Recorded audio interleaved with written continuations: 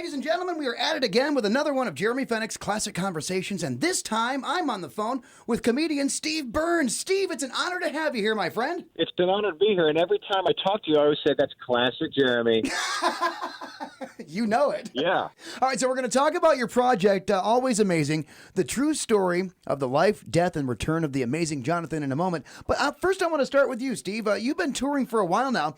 What's changed from the beginning of your career all those years ago to now, where you've got a wife and two small kids? Well, it's a lot different because when you come home with a hangover, now you have to answer to three people instead of just one. So it's definitely not as much fun. And when a 7-year-old and 4-year-old hear a hangover, they don't care. They think it's a movie. They want to hang out and jump on daddy. That's awesome. Yeah. It is much different being a dad, and of course being 40. I love that bit of yours. I definitely can sympathize with that. You're exactly right. People did tell me I look great at 19, which explains why I'm in radio. Now, let's talk about this project. This is amazing. I mean, who doesn't know about the amazing Jonathan? And for those who don't, a hilarious comedian, magician, but that's not exactly the right word. Yeah, I think he's more comedian than magician because so much of his magic is rooted in failure. You're and right. That's the great aspect about Jonathan's act is that I think to do a magic trick, it's very creative. But to do a magic trick that fails but then somehow does end up working, there's a little more creativity that goes into that. And that's why I really, really find his material very endearing and funny to me. Now, how long have you known Jonathan? Did you know him prior to getting involved in this project? Oh, yeah. Jonathan was one of the first guys I ever met when I was on the road as a feature act. And we just all kind of got along. Him and Joel Osborne, another subject of the documentary, who was his road manager at the time, we all just kind of hit it off. And every time I came out to L.A. or went out to Vegas, I'd meet up with them, see the show, hang out for a bit. And, and to those that do or do not know, Jonathan was killing it, was a Vegas headliner, and essentially his doctors told him a few years ago, you have cardiomyopathy, this is a terminal diagnosis, you have a year to live, so get your affairs in order. So Jonathan withdrew from the public eye, stopped performing and retired, and then he outlived the doctor's expectations, and he's still around. He's like, I'm tired of waiting to die. I'm going to still see if I can still do what I love, and that's performing. And he announced 3 shows in the Boston area. And as a fan and as a friend, I heard that. I said, that would be a great doc. I'd love to see that. And then I just thought, well, the hell with it. I'll just do it. So I called him up. I reached out. And here we are. I got to tell you, too, when I found out, with this project that you were involved, I had no idea. And I mean, I guess shame on me for not knowing better. But the amount of work that you do behind the scenes, and this goes even back to Sullivan Son, where you worked with executive producer Vince Vaughn on that. Do you enjoy being in front of the camera more, behind the camera more, or is it honestly just a little bit of both? It's a little bit of both. Yeah, I mean, creatively, you're getting to unpack a story either in front or behind the camera.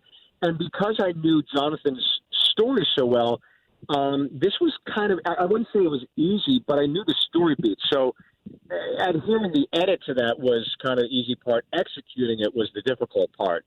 I'm writing, I just wrote and directed a feature film about my early years in stand-up. And again, Vince Vaughn produced that. So, it is fun getting to storytell as opposed to just going off and telling jokes that have no, linear connection at all. Stand-up, you can talk about anything you want for an hour. You can talk about McDonald's 1 minute and then, your grandpa the next. But here you got to really adhere to storytelling and make sure you're paying off everything you're setting up. So I find the process really fascinating. It's draining, it's exhausting, but it's very redeeming. Yeah, exactly. Like when I watched this video, my wife and I looked at each other and I said, I don't think we saw Steve once, your face in the video. But that is you asking the questions, right? Yeah. Oh, yeah, that's me. I hate when documentaries have a filmmaker insert him or herself into that picture, because that always tells me they had no idea what they wanted to make. And I knew the film I wanted to make from the very beginning. And I aspired and set my goals, and we executed it. And the great thing is seeing the instantaneous reaction from everybody. It is on YouTube. It is for free. You just type in Always Amazing, and it's 80 minutes. And if you like stand-up, if you like documentaries, this is the film for you. One of the things we had debated was enabling the comment section for this film, because comments on YouTube can be a dumpster fire. Right. But we went ahead and said, you know what, let's just see in real time. Let's live and die by the sword. This film dropped about a week ago, and we're going to cross 200,000 views for a film in about a week's time. That's really, really just, we're blown away by it, but we love seeing the responses from everybody. It's like 99% positive, which on YouTube you'd never see. No. But everybody's showing adoration for not only the film, but especially Jonathan and his career and the relationship between him and Joel Osborne. That's a big centerpiece of this film. The only negative comments I see are people saying that I look like an Asian Elon Musk. So I'm just like, all right, well, I guess I'll take that. Although I love Elon Musk, it's called a white Steve Byrne at some point. Exactly. Yeah, that's my goal. But seriously, coming from somebody who is a huge fan of The Amazing Jonathan, this particular project really bridges a gap. I mean, my son, 13 years old, he's at that age where he's, old enough to start seeing certain things, such as The Amazing Jonathan, was mesmerized, with him sawing his arm and pulling razor blades out of his mouth. Of course, yeah. So there's a new fan in the process of just trying to commemorate his return. So, like I said, it's got to be so rewarding for you on so many levels. Yeah, but like you said, watching all those greatest hits of Jonathan's act throughout the years, here's the great thing about Jonathan. He was so popular in the 90s and 2000. But if you watch stand-up comedy from the 90s or 2000, it can feel dated, right? Right. Jonathan's material, whether it's the 80s, 90s, 2000s, even present day, all those sight gags will make you laugh just as hard today as someone that was enjoying him in the early 90s on the club circuit. Right. So from the time of the diagnosis until 1 year when the diagnosis claimed he'd be gone to today, 3.5 years now, how's Jonathan doing? Yeah, that's a question that gets asked a lot, especially the fans. The good news is like when people are commenting, I know Jonathan's at home in Vegas reading these comments with a laptop on his tummy, and he's just beaming. But here's the thing. He has good days. He has bad days. And as of late, he's having a few more bad days than he is good. But, he always knew that perhaps this moment may or may not be coming. So he's hanging in there. He's a survivor, that's for sure. So, dealing with amazing people, Vince Vaughn. How long have you and Vince been friends? Oh boy, we've been friends for probably 15 years now. It's been quite some time, and he literally, people always ask, what is he really like? And I'm like, do you watch Swingers? Do you watch Made? Do you watch Old School? That's what he's like. I mean, he's as funny, as charming as you think in the movies. He is that way off stage as well. And it must have been great working with him on a show like Sullivan Son. Obviously, the main character played by you, Steve Byrne, has your same heritage, Irish and Korean. What was that like growing up? Well, it's funny because people think because of proximity and Europe to Asia, there's these big differences. There's actually a huge amount of similarities between the Korean and the Irish. There's a love of potatoes, love of cabbage, love of whiskey, love of partying and drinking. Koreans are the most sociable of all the Asians. And there's a big, big amount of, recluse from the sun. They both hate the sun. They do not do well in the sun. So I think Irish, Koreans, and vampires are very similar in the fact that they don't like the sun. But, yeah, other than that, there's a lot of similarities. So let's ask this now. When you got to work on Sullivan Son and you started to put the cast together, what was it like trying to find someone to play, for example, your dad? I remember watching Dan on The Wonder Years, and he terrified me as a kid. And when I found out, this is the dad that you're going to have on the show, I'm like, oh my God, he's a completely different person, which tells you what a great actor he is. But what was it about Dan that said to you, this guy can pull it off?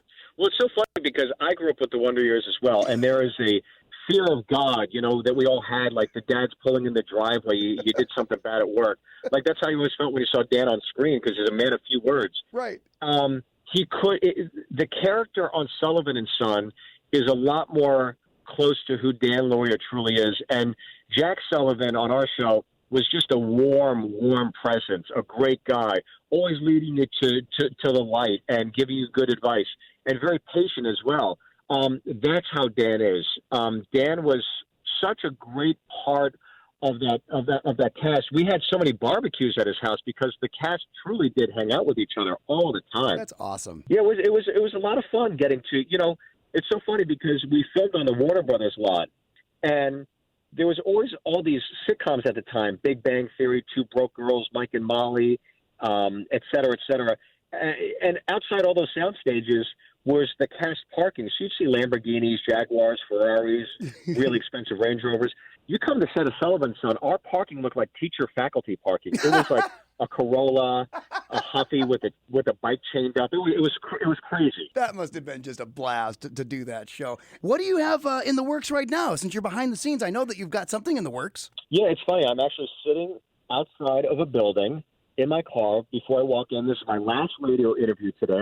I got up at 5 a.m. and started. So I did 7 hours of radio. You are my last one. And I'm about to walk into a building to go upstairs to meet with Vince Vaughn and Peter Billingsley. And we're in the final days of editing a feature film I wrote and directed about my early years in stand-up called The Opening Act.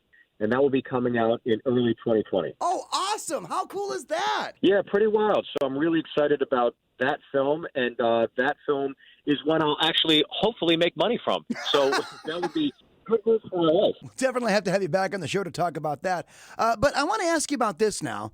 Your brother, after serving in the military, dealing with PTSD, and I know that you do a lot of touring.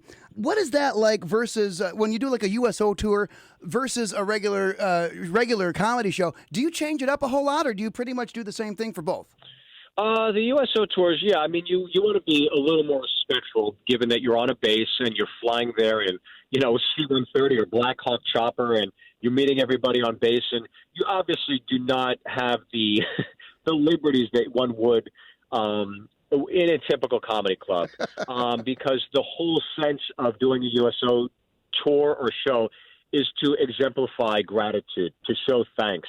And you want to kind of put your best foot forward and do your best jokes for them and really make them laugh, because these are people, especially when you do these international ones, these are men and women that are missing birthdays, anniversaries, baby births, passing of one's family member, important holidays, just all these memories that they're kind of missing out on. And that was always the thing that stuck with me early on when my brother was overseas. And I just thought, at least once a year, try to do these USO shows, and I have ever since. The closest you're going to get to Flint is Chicago, December 19th through the 21st at the Improv, so we'll be looking for you then. And again, the video, everyone needs to go check this out on YouTube. Always amazing, the true story of the life, death, and return of the amazing Jonathan. It's free on YouTube, the All Things Comedy YouTube page. Let's talk a little bit about that page, because that in itself is pretty cool, that it's owned by the comedians.